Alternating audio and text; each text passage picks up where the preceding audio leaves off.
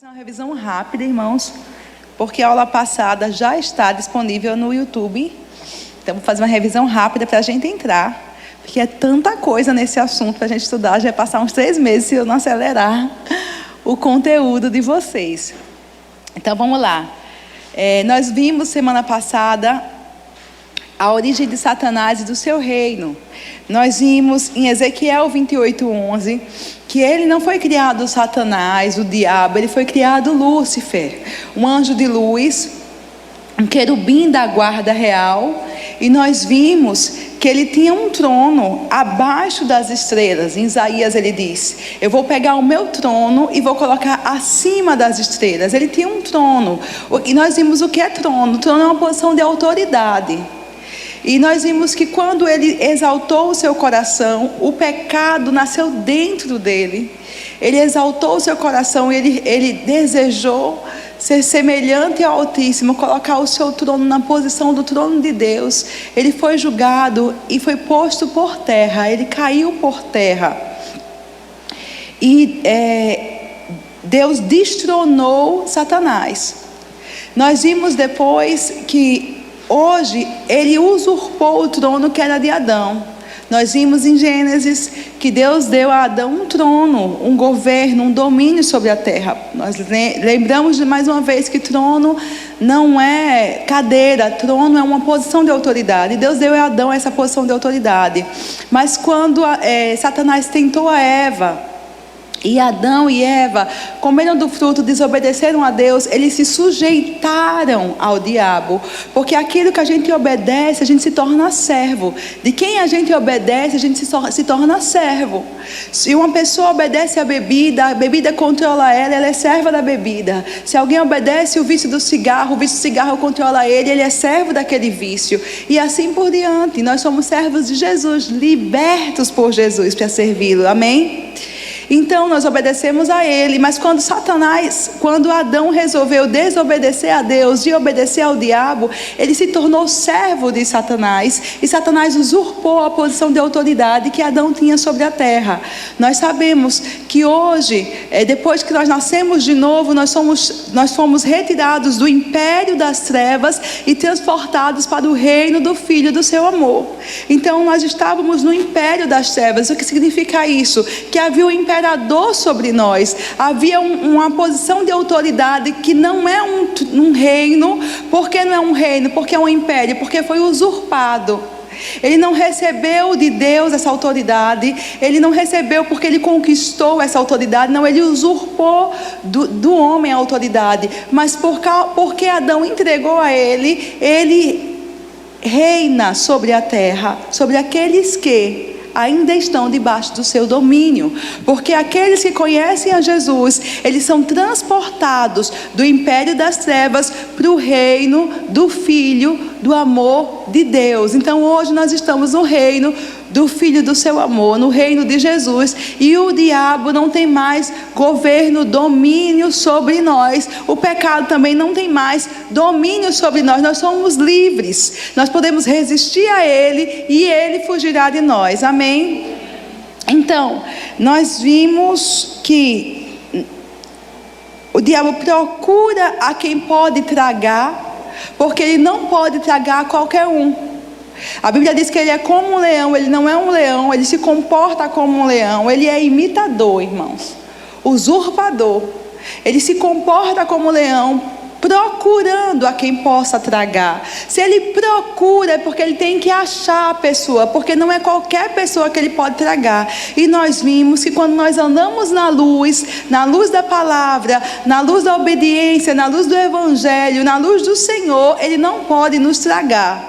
Nós não estamos disponíveis para sermos tragados. Nós não somos alcançados por ele. Na verdade, vimos também semana passada que o Senhor nos deu autoridade sobre serpentes e escorpiões e todo o poder do maligno. Nós vamos pisar sobre eles e mal algum nos sucederá. Amém?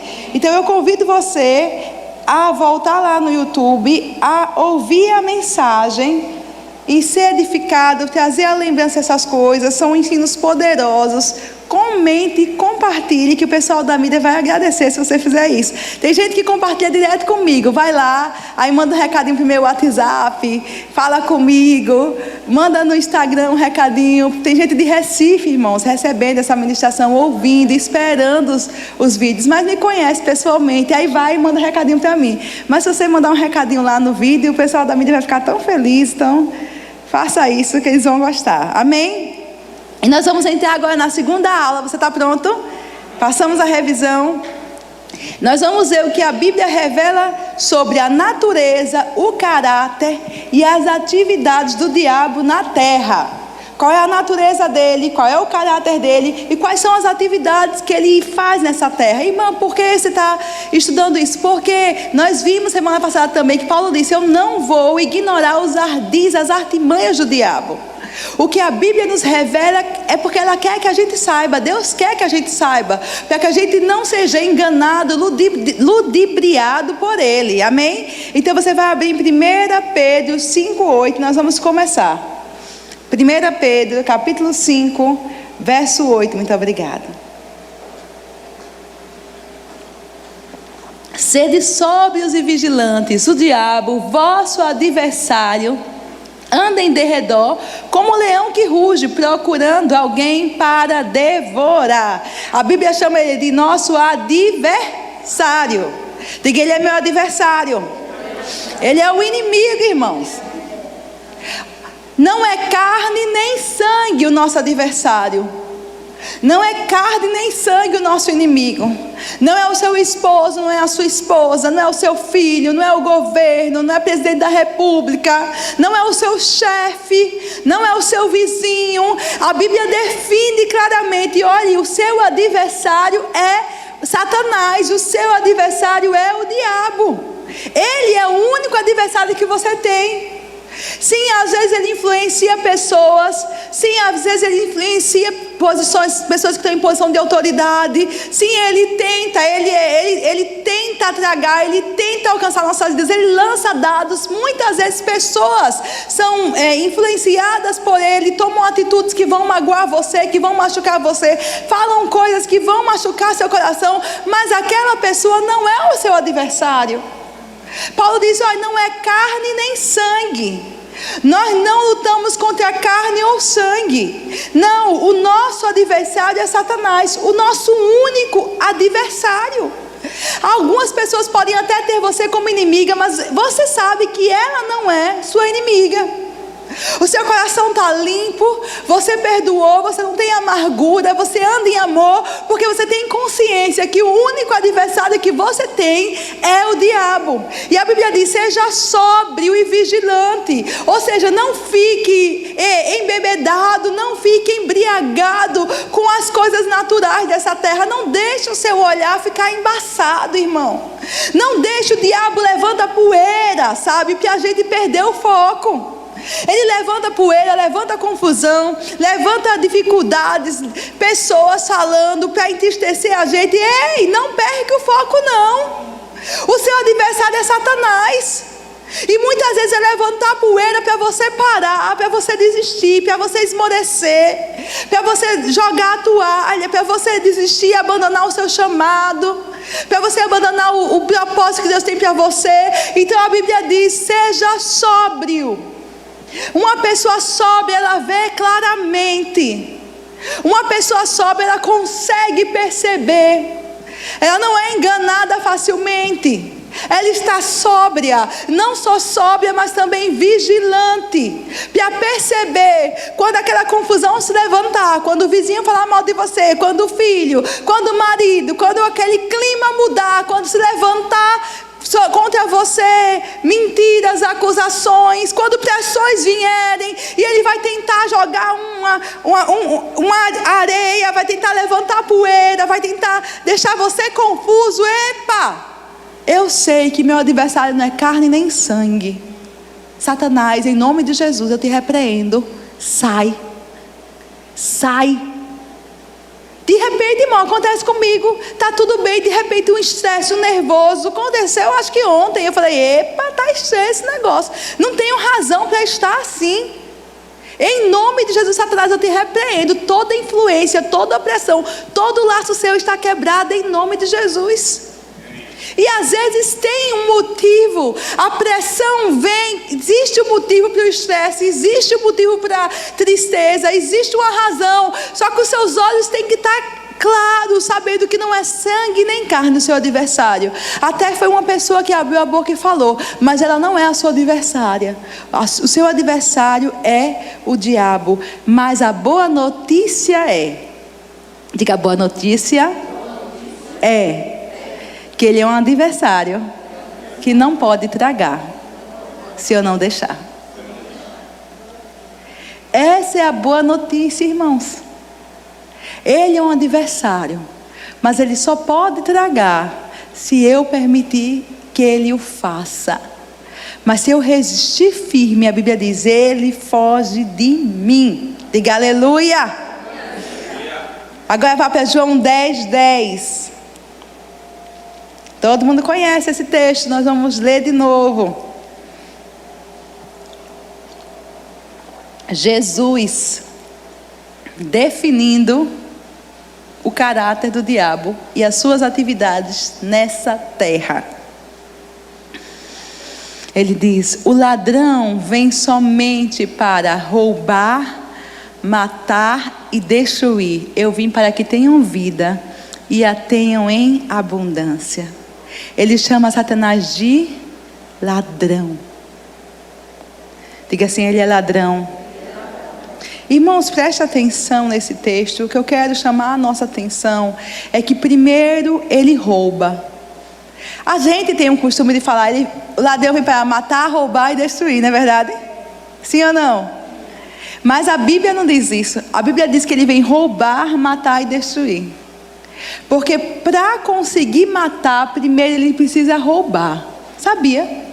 Vamos lembrar de Gênesis. Ele terminou destruindo Adão e Eva. Ele terminou escravizando eles, tirando eles da posição de justiça. Mas como é que ele começou? Roubando. Roubando o quê?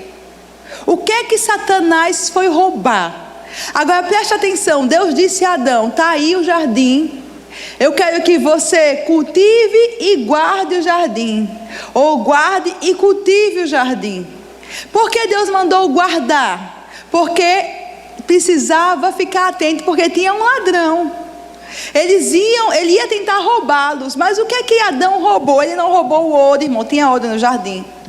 Tinha pedras preciosas no jardim. Todos os tipos de árvores frutíferas. Tinha muitos animais lindos no jardim. Tinha muita coisa bonita no jardim. Mas ele não foi atrás. O que é que ele roubou? Ele roubou deles a palavra, a confiança que eles tinham na palavra de Deus. Foi isso que Satanás roubou. Ele chegou para Eva e disse assim, olhe, é verdade que Deus disse? É certo o que Deus disse? Começou questionando a palavra. E Eva começa a conversar com o diabo. E aí o diabo convence ela que não é assim não. Ah, Deus disse que você ia morrer. Deus disse, foi não. Na verdade, você vai se tornar semelhante a Ele. Ele rouba de Eva a fé na palavra. Ele rouba de Adão a fé na palavra. Amado, Satanás não está preocupado em roubar seu carro, roubar seu celular, roubar sua casa ou roubar o seu dinheiro, não. Ele quer roubar a sua convicção e confiança que você tem na palavra. Porque na hora que ele rouba a palavra de nós, irmãos, aí ele mata e destrói. Mas primeiro ele tem que nos roubar. Por isso que a Bíblia diz, olha, ele é ladrão. Primeiro ele tem que nos roubar, irmãos. Ainda que você esteja numa pressão, você está numa pressão, está faltando dinheiro de pagar a conta, parece que não vai chegar, está complicado. Mas se você colocar a palavra no seu coração e na sua boca, ó Pai, obrigada Senhor, o Senhor é a minha provisão. Deus, os meus olhos estão abertos para a tua instrução. Senhor, o Senhor diz que nada vai me faltar. E você vela pela palavra, você guarda a palavra dentro do seu coração. Amados, se ele não roubar a palavra, ele não rouba mais nada da sua vida. Acredite, a provisão vai chegar, o milagre vai chegar, a resposta de Deus vai chegar. Mas se ele roubar a palavra, acabou, irmão. Depois ele mata e destrói. E eu acho interessante que primeiro ele tem que matar também. Já viu? Por que não pula logo? Aliás, por que não diz logo que ele vem para destruir? Porque Jesus está revelando o modus operandi do diabo. É o modus operandi dele. Como é que ele faz na terra? Ele não, irmão, Satanás não criou nada. Ele não é criativo, certo? Criatividade é um talento, é uma característica divina que Deus deu aos homens, porque nós somos imagem e semelhança de Deus. Mas Satanás não é criativo. Do mesmo jeito que ele operou em Gênesis, ele continua fazendo, porque ele não tem criatividade. Ele é imitador, ele é usurpador. Então Jesus está dizendo, olha, primeiro ele tem que roubar, depois ele tem que matar para destruir. Por que matar? Porque morte, quando a gente olha assim, morte, a gente pensa uma pessoa debaixo de 7 palmos de chão. Mas Deus, quando fala de morte, fala de separação. Quando ele fala de morte, ele fala de separação de Deus do homem, de separar-se da vida real. A vida verdadeira é a vida de Deus. A vida verdadeira está em crer no Filho de Deus. A vida verdadeira está no Senhor Jesus. Então ele diz, olha, ele tem que te roubar e ele tem que te matar para depois te destruir. Veja, Deus disse a Adão, não coma desta árvore, porque se você comer da árvore do conhecimento do bem e do mal, você vai morrer. E aí Adão é enganado, Satanás rouba a palavra dele, ele come. O que acontece? Ele não morre, não morre assim, não cai duro no chão na hora, mas uma morte se instala sobre a vida dele. Que morte foi essa? A Bíblia diz que ele decai da justiça, ele decai da posição de justiça, de comunhão, de intimidade, de relacionamento que ele tinha com Deus. Ele é separado de Deus, morreu. Primeiro tem que matar para depois destruir. Amados, é assim que ele opera. E se você não permitir ser roubado, você não vai ser morto nem destruído, porque ele é antes de tudo um ladrão. Diga comigo, eu não vou permitir ser roubado. Eu guardo a palavra no meu coração. Diga, eu acolho a palavra no meu coração.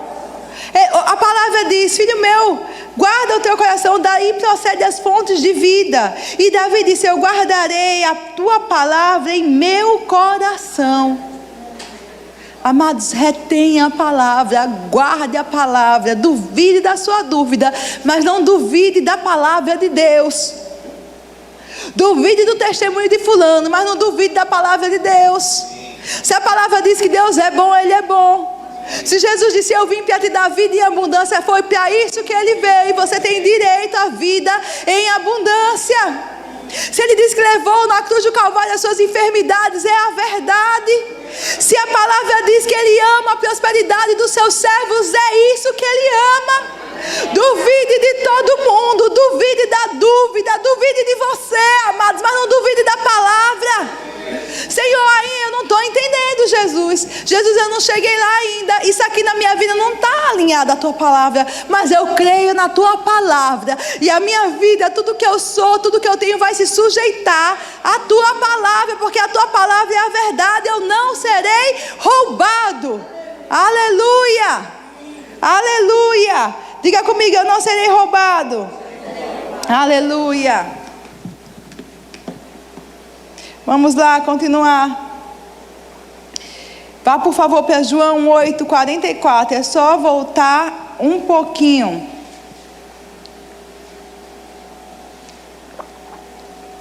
Eu não terminei, vou terminar, né? O que é destruir? Destruir é tirar inteiramente do caminho, tornar inútil, arruinar. É o sentido da palavra no original. Mas antes ele tem que roubar. Diga assim, ele não vai me roubar. Aleluia. João 8:44. Vós escribas, Deixa eu ler com vocês. Vós sois o diabo, que é vosso pai, e quereis satisfazer-lhes os desejos. Ele foi homicida desde o princípio e jamais se firmou na verdade. Vê que coisa interessante, irmão. Existia uma verdade que ele devia ter se firmado, e ele não se firmou. Jesus disse que ele jamais se firmou na verdade. Diga assim: eu estou firmado na verdade. Meus pés estão firmes na verdade. Aleluia. Ele jamais se firmou na verdade, porque nele não há verdade. Quando ele profere mentira, fala do que lhe é próprio, porque é mentiroso e pai da mentira. Quando ele fala mentira, fala do que é próprio. Ele é mentiroso e pai da mentira. Oh, Jesus. E a gente fica calado ouvindo, sem vergonha falar. Você não pode, você não é, você não vai conseguir, não vai dar certo, você não é ninguém, Deus não te ama. Você é crente mesmo, irmão? Ele é mentiroso e pai da mentira. Você tem que abrir a sua boca. Satanás, seu mentiroso, sai daqui em nome de Jesus. Eu sou filho de Deus Altíssimo. Ele me ama e sou mais do que vencedor. Ele é mentiroso e pai da mentira. A Bíblia diz que ele é homicida e mentiroso. Você não pode dar ouvidos a ele, irmão. Não faça uma conferência com o diabo na sua casa. Não faça uma conferência com o diabo na sua cama, deitado no seu travesseiro. Como é isso, Vanessa? Você está deitado e começa a vir os pensamentos. E são pensamentos de mal. São pensamentos de calamidade. São pensamentos de destruição. São pensamentos de acusação. São pensamentos que roubam a sua paz. São pensamentos que mentem contra a verdade da palavra. Mentem contra a sua identidade. Mentem contra o Deus que está dentro de você. E você está lá na sua cama. E os pensamentos vêm e você conversa com eles. É, né? Poxa, realmente. Ai, será que vai acontecer? Ai, será que Deus me ama? Não, não ama não. É uma conferência com o diabo na sua cama. Não permita isso. Não permita isso. Você não pode, você tem que trazer na sua mente. A Bíblia diz que a gente tem que encher a nossa mente com o que é justo, com o que é puro, com o que é santo, com o que é agradável, com o que tem virtude. Quando começar, irmãos, começa com você, começa comigo, todo mundo aqui. A Bíblia diz que ele lança setas, dardos inflamados. Por isso que Jesus te deu um capacete. Ou você acha que foi por nada? Que a Bíblia diz que você tem um capacete da salvação. A sua mente tem que ficar guardada na verdade da salvação. Quem você é em Cristo Jesus? Você é salvo. E o que significa isso, Vanessa? Significa que você é liberto, você é redimido, você é curado, você é amado. Salvação é um pacote. Você é filho de Deus. E esse capacete tem que guardar você das mentiras do diabo.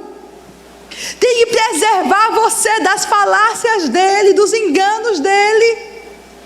Quem nunca passou, irmãos? Todo mundo aqui passa.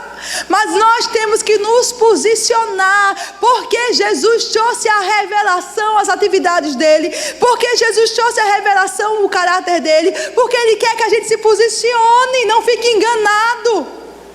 Apesar de ser invisível, irmãos, esse reino espiritual é real. E você não pode ficar sujeito a isso, sem estar vigilante, como qualquer um andando por aí. Não. Se o pensamento de morte vem, de tristeza vem, você tem que se posicionar. Eu viverei muitos anos, obrigado, Senhor, porque eu viverei longos anos nessa terra. O Senhor me dá muitos anos de vida felizes na terra.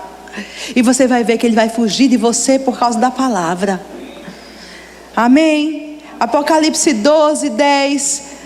Enquanto você está abrindo, diga comigo assim: eu nunca mais terei uma conferência com o diabo. Que nunca mais ele vai encontrar meu tempo. Nunca mais tenha tempo para ele. Nunca mais tenha tempo para ele. Aleluia. Ah, Vanessa, né? Aconteceu com Eva. Ela deu tempo para ele e foi enganada. Nunca mais dê tempo para ele. Não dê o dízimo não oferte não, porque senão você vai ficar sem, você não vai ter. Mentira. Eu não tenho tempo para você, Satanás. Eu estou vivendo os planos de Deus para a minha vida. Sai, em nome de Jesus. Amém. Apocalipse 12:10. Então ouvi grande voz do céu proclamando: agora veio a salvação, o poder, o reino do nosso Deus e a autoridade do seu Cristo, pois foi expulso quem? O acusador de nossos irmãos, o mesmo que os acusa de dia e de noite diante do nosso Deus. Ele é acusador.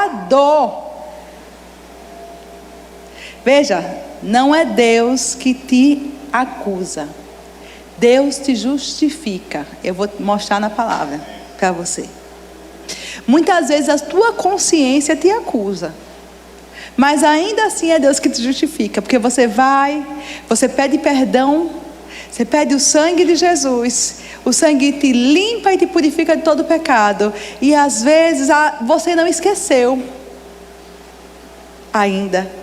E é por isso que a palavra diz que maior é Deus até do que a sua consciência. Porque maior é a palavra de Deus sobre a sua vida do que as lembranças que você tem do seu passado que te acusam.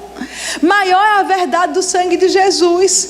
Maior é o sacrifício que Ele fez na cruz por nós, irmãos. Porque nós não vamos ter amnésia dos nossos erros do passado, mas nós temos que crer e confiar que o sangue de Jesus é poderoso para nos purificar de todo pecado. E se não foi do passado o erro é do presente. Ele continua poderoso para me purificar. A Bíblia diz que eu só tenho que me arrepender e deixar, e eu vou alcançar a misericórdia a favor de Deus. Eu só tenho que confessar o meu pecado, Ele vai me perdoar o pecado. E não só perdoar, Ele perdoa e Ele purifica de toda injustiça, de toda iniquidade. Ele me recoloca, me reposiciona numa posição de justiça, onde eu posso estar diante dEle sem culpa, sem condenação, irmãos, como se o pecado nunca tivesse acontecido na minha vida. Esse é o poder do sangue de Jesus na nossa vida. Aleluia. Esse é o poder do seu sangue. Mas quem nos acusa de dia e de noite é o diabo. Ele acusa os irmãos dia e noite. Então nós temos que ter dois cuidados nesse aspecto. Primeiro, para não virar assistente de Satanás, acusando os irmãos também. Aí tem assistente de primeira linha, assistente de segunda linha, assistente de terceira linha. Não queira ser nenhum tipo de assistente, por favor. Largue desse cargo que é do capeta. Não acuse os irmãos. E não permita também que ele te acuse. Veja, irmão, eu não estou pregando leviandade, falta de compromisso, não. Se a gente erra, a gente tem que se arrepender, deixar e pedir perdão a Jesus. Mas depois que isso é feito, a gente tem que ter convicção do poder do sangue de Jesus. É Deus quem nos justifica. Vá por favor para Romanos, eu acho lindo esse texto, eu quero ler com vocês, Romanos 8. Que diremos, pois, à vista destas coisas? Se Deus é por nós, quem será contra nós? Aquele que nem mesmo seu próprio filho poupou, antes o entregou por todos nós, como não nos dará também com ele todas as coisas? Veja verso 33. Quem intentará a acusação contra os eleitos ou escolhidos de Deus? É uma pergunta. A resposta é Deus quem o justifica. Aleluia. Você pode dizer isso essa manhã: Deus me justifica. Deus me justifica. Aleluia. É Deus quem me justifica. Amados, a graça não é uma permissão para pecar, não é sobre isso que nós estamos falando. Na verdade, a graça é um poder para te fazer andar em santidade, em justiça. Mas, amados, depois que você se arrepende, depois que você deixa, depois que você se volta para o Senhor, o poder do sangue de Jesus opera na sua vida. É Deus quem te justifica. Quem tentará acusação contra os escolhidos de Deus? Quem pode acusar? Se Deus justifica, se é o sangue de Jesus que foi derramado por nós, se é o sangue que foi derramado por você. Verso 34, quem os condenará? Cristo Jesus é quem morreu, ou antes quem ressurgiu dentre os mortos, o qual está à direita de Deus e também intercede por nós. Quem te condenará? É Cristo quem morreu, Ele também ressuscitou. Paulo está dizendo, quem vai te condenar, meu querido? Ele morreu por você. Oh, peraí, não morreu só não, Ele morreu e ressuscitou. Tem mais uma coisa, Ele morreu, ressuscitou e está à direita de Deus intercedendo por você. Aleluia! Qual é essa posição de intercessão, irmãos? É porque Ele é o intermediário. O sangue dele continua operando na minha vida. O sangue dele continua valendo na minha vida. O sangue dele me justifica, me limpa. Eu me arrependo, eu peço perdão e o sangue dele purifica a minha vida e me ajuda a andar em santidade, em retidão. Eu não vou andar tropeçando, não. Eu não vou andar caindo o tempo todo, não. Mas mesmo que eu caia, que eu tropece, eu continuo e permaneço na luz da palavra. O que é que a palavra de Deus diz? A palavra diz, filhinho, se você pecar, confesse o seu pecado, e o sangue de Jesus vai te purificar e te perdoar de todo o pecado. É Deus quem te justifica. Aleluia! Essa é a posição de Jesus. Ele é por nós. Quem nos separará do amor de Cristo? A tribulação, verso seguinte, a angústia, a perseguição, a fome, a nudez, o perigo, a espada. Oh, queridos, eu acho tremendo esse texto, um texto que eu lembro, nova convertida, eu comecei a ler, eu nem entendia direito, mas mexia tanto comigo, eu comecei a chorar. Meu Deus. Amados, ele começa no verso 31 dizendo assim, que diremos, pois, à vista dessas coisas? Veja, irmãos, a vida cristã não é um mar de rosas, não é tudo fácil. A gente tem momentos de grande bonança, assim, mas tem momentos de grande pressão. E Paulo fala de tribulação, ele fala de angústia, ele fala de perseguição, ele fala de falta, de fome e nudez. Ele fala de perigo, de espada, inimigos, perseguição, resistências, pessoas se levantando contra você, resistências financeiras, economia, tanto problema, falta, é o vizinho, é a mãe, é a tia, ninguém me entende, me compreende. Irmão, uma pressão tão grande. Eu estou triste, estou abatida, ninguém vê, eu me sinto injustiçada. O que eu direi à vista dessas coisas? Tem que ter alguma coisa na sua boca.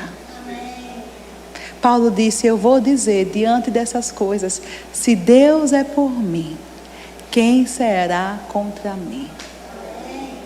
Amados, quando você tiver, talvez hoje mesmo você esteja nessa situação, tem que ter uma palavra na sua boca. Diga comigo, se Deus é por mim, quem será contra mim? Eu sou maioria. O que é que ele está dizendo, irmão? Sinceramente, já está tudo certo. Ele está dizendo, já ganhei a batalha, eu já venci. Olha, Deus é por mim, Deus é a meu favor. Eu não estou sozinho, eu não estou abandonado, eu não estou desamparado. Ele é ao meu favor. Irmão, imagina isso. 2 pirralhinhos, gurizinho de 5, 6 anos, 3, 4, sei lá, vamos botar 6 que já dá para entender, brigando. Aí tem o mais pequenininho, 3 brigando com o pequenininho. Aí o pequeno diz, espera aí, vou chamar meu pai. Quando ele vem com o pai, Ele tem alguma dúvida do que vai acontecer, irmão? Tem alguma dúvida no coração dele que ele já venceu?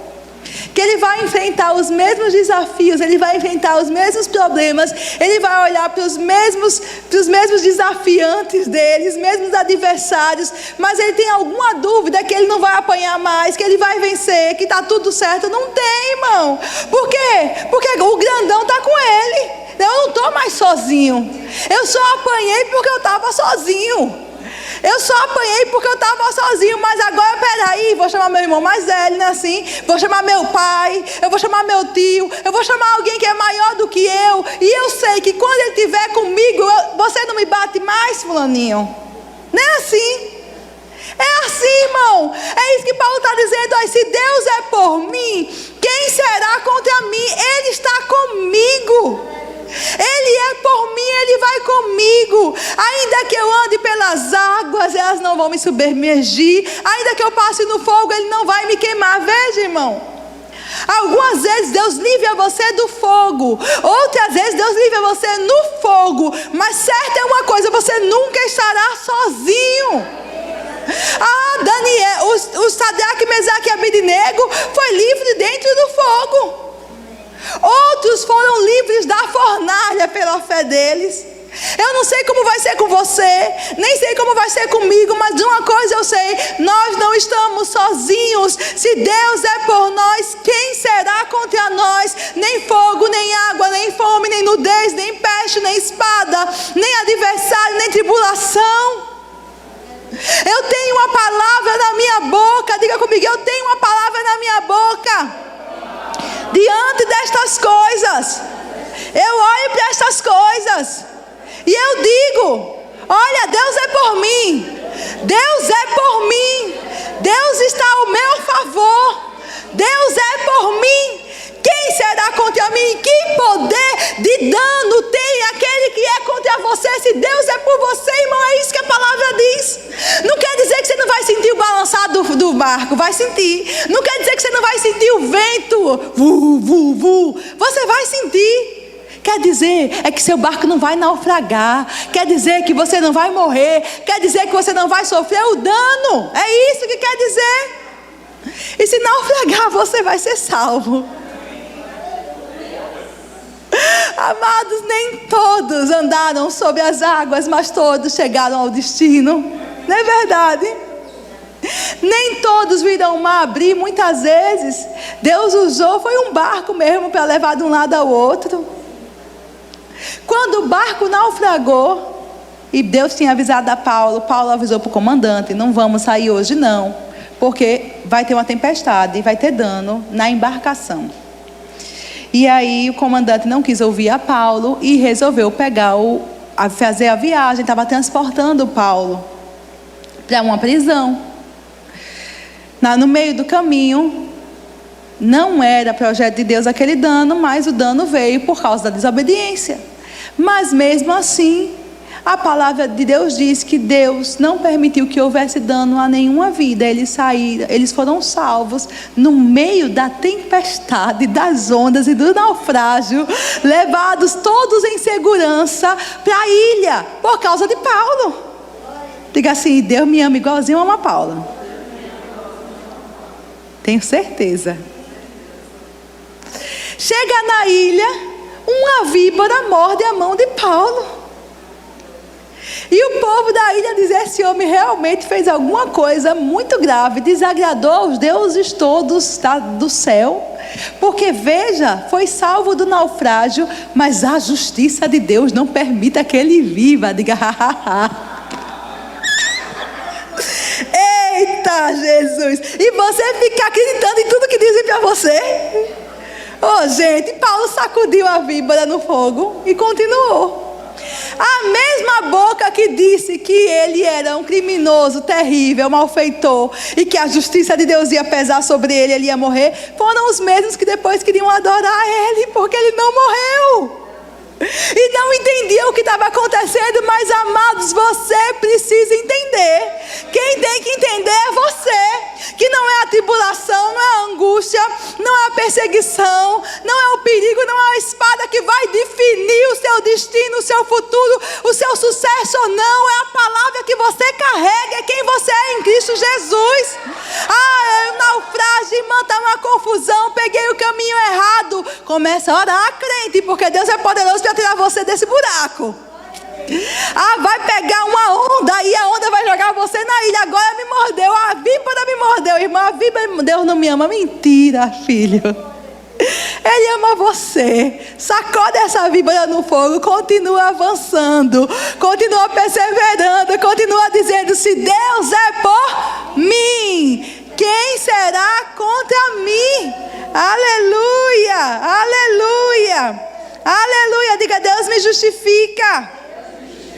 Aleluia. Diga assim: eu tenho uma coisa para dizer. Para a tribulação, para a angústia, para a perseguição, para a fome, para a nudez, para o perigo e para a espada. Agora fala assim, como se você estivesse falando com essas coisas. Diga assim: ei, Deus é por mim. Quem será contra mim? Aleluia.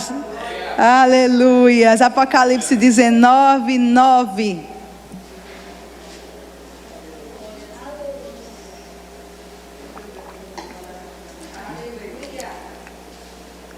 Vamos lá. Então me falou o anjo: escreve.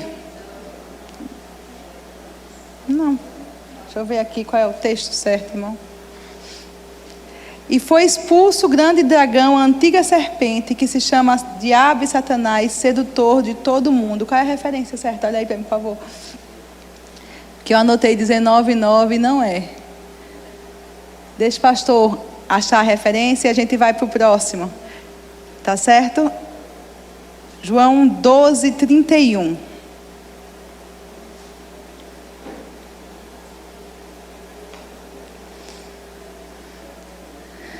Vamos lá.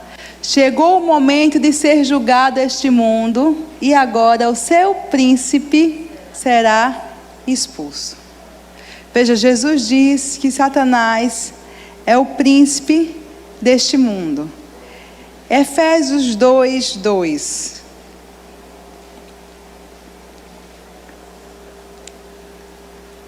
Diz assim: nos quais andastes outrora, segundo o curso deste mundo, de novo, segundo o príncipe da potestade do ar, do espírito que agora atua nos filhos da desobediência.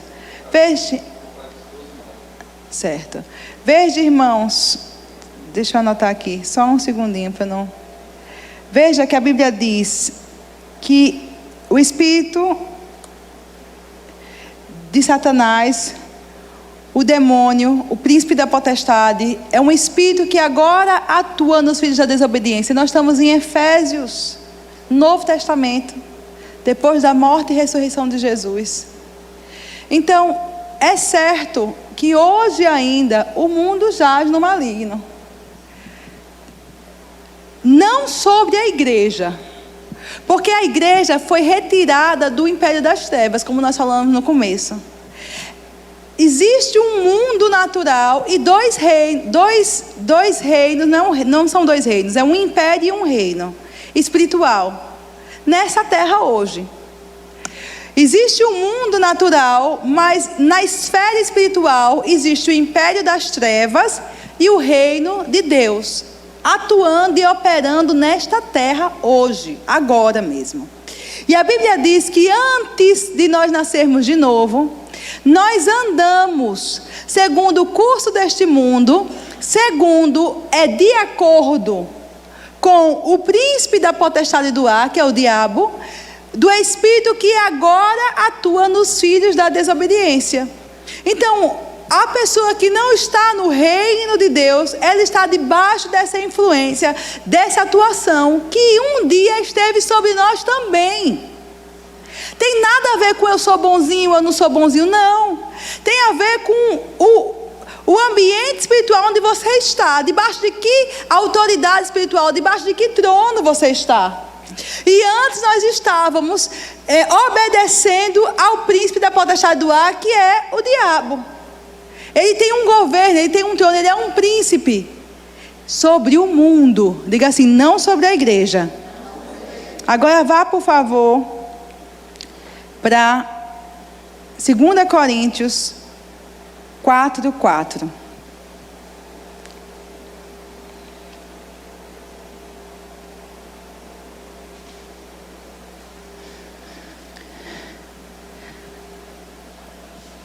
Vamos ler do 3.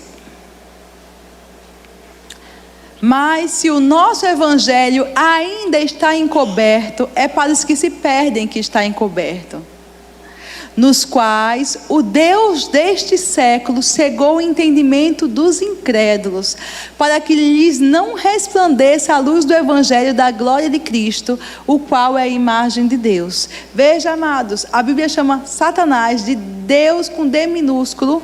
Deus de quê? Deste século, deste mundo, deste mundo tenebroso, deste mundo que jaz no maligno. Ele é o Deus deste século, desta era, desta cultura, desta forma de conduzir as coisas, de ver as coisas, que você olha e diz, o mundo está perdido, né? Até o incrédulo diz, o mundo está perdido. Sabe por quê? Porque o Deus desse século é Satanás. Está perdido mesmo na mão dele. E a Bíblia diz que ele cega o entendimento dos incrédulos, para que eles não vejam a luz do evangelho. Ele encobre o entendimento deles. Amados, quando a gente vê a luz do evangelho, quando a gente enxerga quem é Jesus, quando a gente enxerga o que ele fez por nós, a gente se rende a ele. Então Satanás tenta encobrir, ele tenta impedir as pessoas de entenderem, de verem a glória de Cristo, que ele fez por nós, a luz do evangelho. E é por isso que a igreja tem que orar pelas pessoas. É por isso que a gente tem que orar quando a gente evangeliza. É por isso que a gente tem que orar quando a pessoa não entende e não quer Jesus. Você pode pensar, não quer Jesus?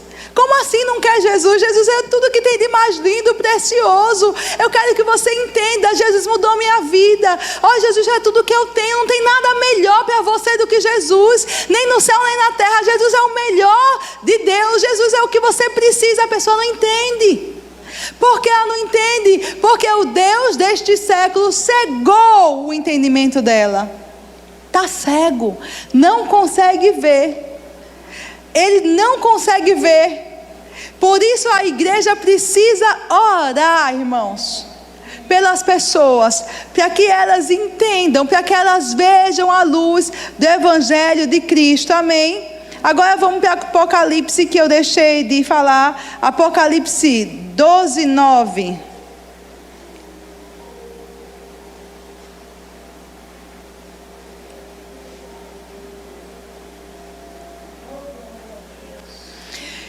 E foi expulso o grande dragão, a antiga serpente. Diga antiga. Não tem nada de novo nele. Nada de novo nele. Que se chama Diabo e Satanás, o sedutor de todo o mundo. O que é que ele faz? Seduz. O que é seduzir, Vanessa? É desencaminhar da verdade, conduzir ao erro e enganar. Ele é um sedutor. Ele é um sedutor. Muito obrigada, querida. Amados, não tem proposta que o diabo faça que seja para o bem de ninguém. Não tem nada que ele dê a qualquer pessoa que não seja para roubar muito mais. Ele é um sedutor do mundo. Ele engana, ele tem ardis. Todo prato que o diabo oferece para você é para te roubar, é para te destruir, é para acabar com sua vida. Quantos casamentos são destruídos, quantas famílias são destruídas por pratos que o diabo oferece, e a pessoa é seduzido por aquele encanto e cai em pecado e acaba com a família. Quantos jovens têm vidas destruídas porque são seduzidos pelo sexo fácil, seduzidos pela droga, seduzidos pela bebida, seduzidos pelo cigarro. Quantos são seduzidos por um amor mentiroso, uma farra de uma noite só? Quantos têm a vida destruída pela sedução do pecado? O pecado seduz, porque o pecado nasceu aonde? No coração de Satanás. É sedutor. Mas tudo que o pecado dá, aquele prazer momentâneo, aquela satisfação momentânea, ele dá te roubando tudo. E quando ele acaba, aquele prazer, aquela satisfação acaba, a pessoa fica desgraçada, sem nada, destruída. Por quê? Porque é obra de Satanás, irmão. A antiga serpente, o sedutor de todo o mundo. Sabe, nem as pessoas do mundo ficam satisfeitas no pecado, sabia disso? Elas têm um vazio, elas têm uma necessidade, elas ficam buscando uma solução. Talvez se eu cheirar mais um vai resolver, não resolve. Se eu beber mais um vai resolver, não resolve. Talvez se eu ficar com mais um vai resolver, não resolve. Talvez se eu mudar de mulher vai resolver, não resolve. E o pecado fica seduzindo, dizendo, não, agora você vai ser feliz. Agora você vai ser feliz. Agora você vai ser feliz. É uma sedução. Porque é o diabo que opera isso. E a Bíblia diz que ele é o sedutor de todo mundo. Mas foi atirado por terra. E com ele os seus anjos. Então a igreja precisa saber, amados, que é sedução, é mentira. A igreja não pode ser enganada como o mundo é enganado. Você precisa saber dizer não, irmãos. Diga não. Não permita que o diabo roube você. Não é verdade que vai te trazer satisfação e alegria. Sua alegria e satisfação está na palavra. O que a palavra disser para você é o melhor para você. Vá por mim, que é assim. Deus é o Pai perfeito. E como todo pai, toda mãe, a gente coloca limite nos nossos filhos, para não ver eles machucando, não ver eles se ferindo. A palavra de Deus nos traz orientações que querem só nos ver bem, nos ver felizes, vivendo a vida de Deus nessa terra, uma vida abundante, uma vida plena. E da mesma forma que Deus diz a gente, que o pai diz assim, meu filho, não bote o dedo na tomada não, querido, com a missa de sua mãe não, porque vai doer. Aí o diabo, não sei o que acontece, irmão, parece que ele pinta de purpurina, né? As tomadas. Mas com muito adulto é assim também. Às vezes a gente acha que porque é adulto, aí eu posso fazer tudo. Meu filho, você é servo do Deus Altíssimo. Você não pode abrir a pornografia no seu celular, nem no seu tablet, nem na sua casa, não. Você não pode colocar qualquer coisa diante dos seus olhos. Você não pode ficar passeando por esses lugares escuros e de trevas, mesmo que seja numa telinha pequena, e achar que vai ficar tudo certo, ninguém viu, está tudo bem. Gente, Deus não está te acusando, mas está te avisando, como um pai avisa um filho, você vai se machucar, vai perder o que eu te dei. Amados, quantos entram nessa e tem a família destruída? Quantas crianças pegam celular de pai, celular de mãe, irmãos, e elas tocam na pornografia por esse meio, porque o pai e a mãe abriu e está lá. E você não sabe depois porque o menino está tendo pesadelo, porque está tendo dificuldade, porque está sensualizado, o que está acontecendo? Você abriu uma brecha para o diabo entrar na sua vida, na sua família, e não sabe. Amados, nós somos servos do Deus Altíssimo, e como Jesus disse, o diabo não tem nada em mim. Você também tem que dizer, Satanás não tem nada em mim. Não é brincadeira. O pecado não é brincadeira. Ele seduz, mas não é brincadeira. Ele destrói, ele arruina. Antes você tinha prazer com sua esposa, irmão, eu não sei porque Deus está mandando, mas eu vou falar. Você tinha prazer com sua esposa, aí começa a se envolver com pornografia, não consegue mais ter prazer com sua esposa, aí vai se envolver mais com pornografia, daqui a pouco, irmão, um abismo chama outro abismo. Você é casado, você é casada, você não precisa das coisas do diabo para ser feliz na sua vida matrimonial, no relacionamento sexual. Não precisa. Está precisando que seja renovado o vinho, a alegria? Ora, irmão, Deus está interessado nisso também. A irmã, Deus está interessado nisso também. Foi Deus que fez o sexo para ser gozado dentro do casamento. Ele quer ver você feliz, realizado. Pode orar, você vai ver. Fale com Deus, você vê se Ele não vai te ajudar. Porque Ele está interessado, irmão. Deus não é religioso, funcionar. Deus fez para ser bom, ser agradável. Deus fez para o marido e a mulher gozarem, ficarem felizes. Então converse com Deus sobre o assunto. Agora não entre nas seduções do diabo. Não entre nos laços do diabo. Não entre nas sujeiras de Satanás. Não coma, não toque nos venenos dele. Mantenha-se limpo. Porque tudo que o pecado te dá, ele te rouba muito mais. Ele te rouba muito mais. Amém? Amém. Aleluias.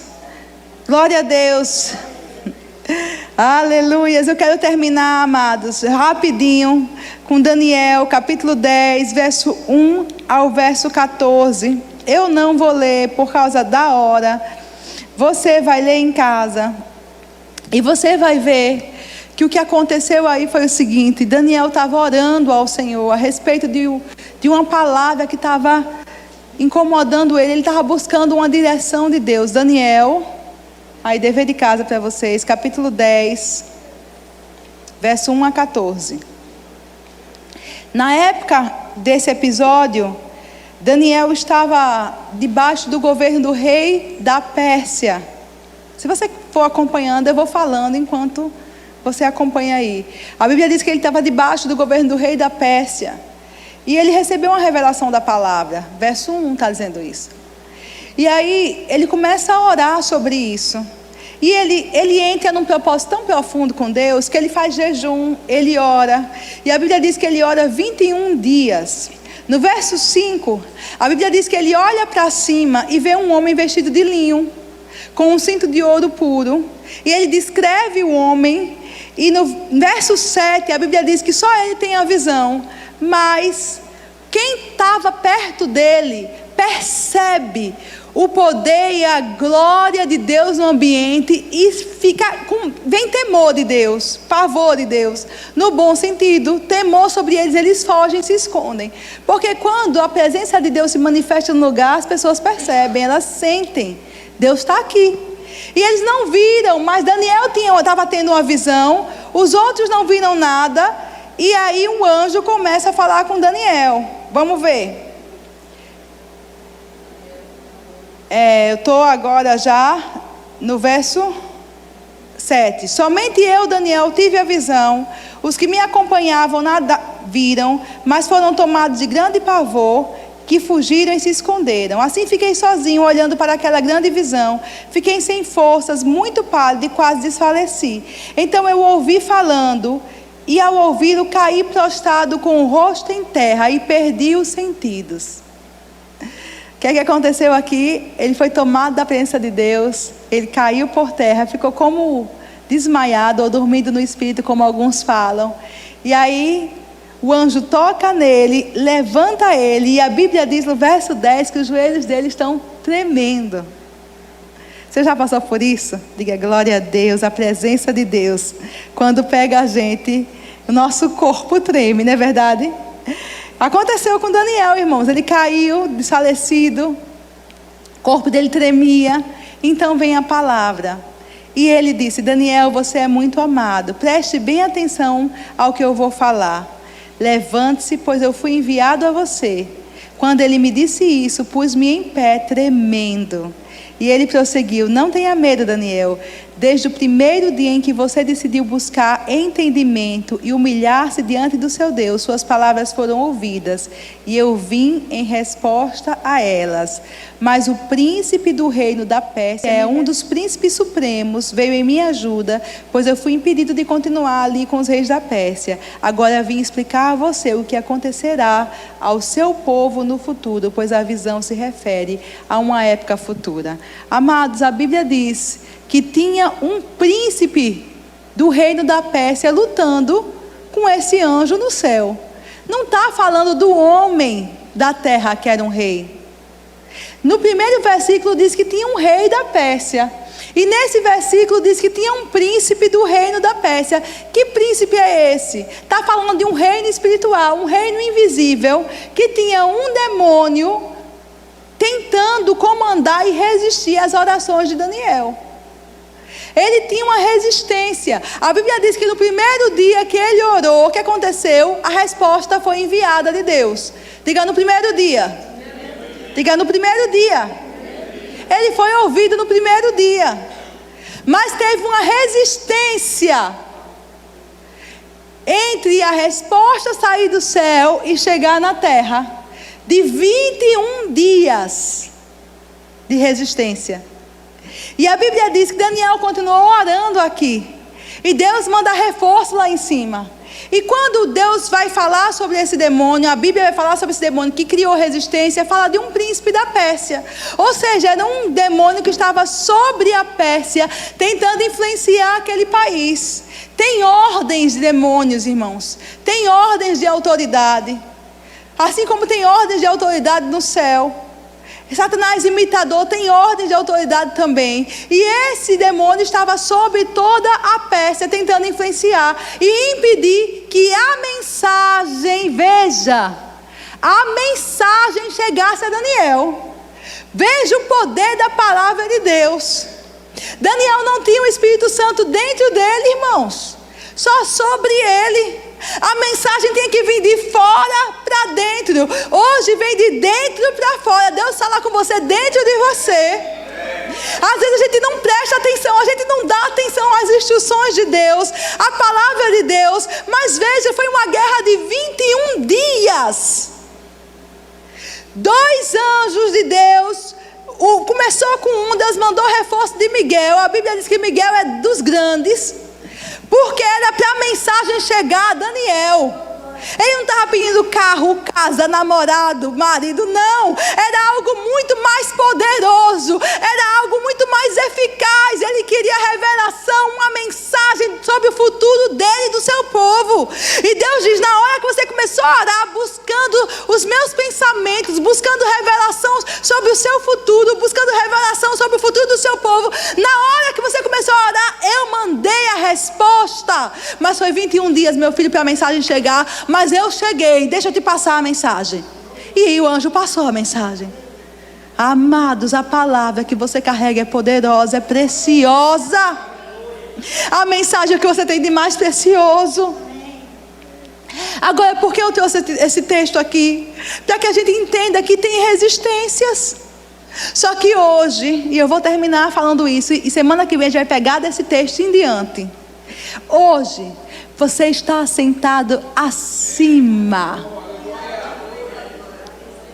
Entendeu a sua posição? Daniel não estava ainda. Então o que acontecia? Ele não tinha o Espírito Santo dentro dele. Ele não estava sentado em Cristo acima de todo principado e potestade. A posição dele era diferente da sua. Então a mensagem tinha que vir do céu para ele. 21 dias de guerra para chegar a palavra de Deus que revelaria o futuro dele e da nação. Mas hoje você está acima, assentado com Cristo, acima de todo principado e potestade. Essa é sua posição em Deus. Você exerce autoridade sobre os demônios de cima, irmãos. Você está sentado, a sua autoridade é a autoridade que Jesus tem. Por isso você fala em nome de Jesus. Irmão, mas eu ando nessa terra e eu ainda sinto essa resistência. Às vezes o céu parece bronze. Sim, querido, porque você naturalmente é nessa terra. Mas se você resolver exercer a autoridade que você tem, você vai exercer a autoridade decorrente do trono onde você está sentado. O trono que você está sentado está bem acima, muito acima de principados e potestades. Então você vai falar daqui, mas a ordem vai de cima para baixo, irmão. Seu trono está em cima de principados e potestades. Seu trono é o trono de Jesus. Você exerce a autoridade de Jesus. E você fala lá de cima, em nome de Jesus, Satanás, recue. Em nome de Jesus, pare. Em nome de Jesus, solte. Você não está mais na posição de Daniel. Amém? Segura aí, tem muita coisa nesse texto, mas só semana que vem que nosso tempo se estendeu. Mas eu creio que você já tem muita coisa para meditar na palavra durante a semana, amém? Só fique com isso, você está sentado acima, muito acima das regiões celestiais em Cristo Jesus. Semana que vem a gente volta desse texto. Vamos ficar em pé?